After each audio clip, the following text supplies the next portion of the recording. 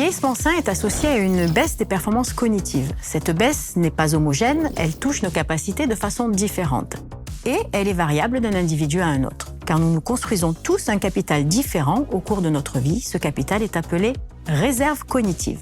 De nombreux travaux montrent que cette diminution n'est pas inéluctable et qu'il est possible d'y faire face. En particulier, tout un pan de recherche est dédié à l'étude des bénéfices induits par une prise en charge cognitive. On parle aussi d'entraînement, car cette prise en charge doit être structurée, à l'image d'un entraînement physique, pour être la plus efficace possible. Nos travaux font partie de ceux qui montrent que cette efficacité passe aussi et surtout par une prise en charge personnalisée qui s'adapte au profil d'atteinte de chacun.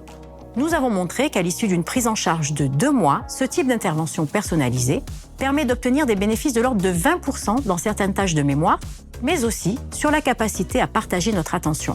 Et ce, à raison d'une séance d'entraînement par semaine seulement. Mais il faut également noter qu'un maintien des bénéfices est toujours visible 6 mois après l'arrêt de la prise en charge. Pour aller plus loin, nos travaux en cours utilisent la variabilité interindividuelle comme point de départ pour identifier des marqueurs prédictifs d'une sensibilité aux effets de l'âge plus marqués chez certains individus que chez les autres.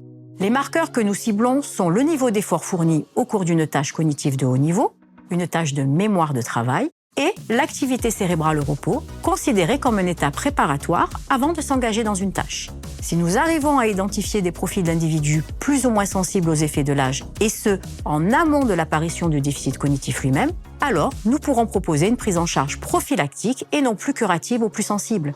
Une telle approche pourrait ouvrir de nouvelles perspectives dans la prise en charge précoce de pathologies touchant la sphère cognitive telles que la maladie d'Alzheimer.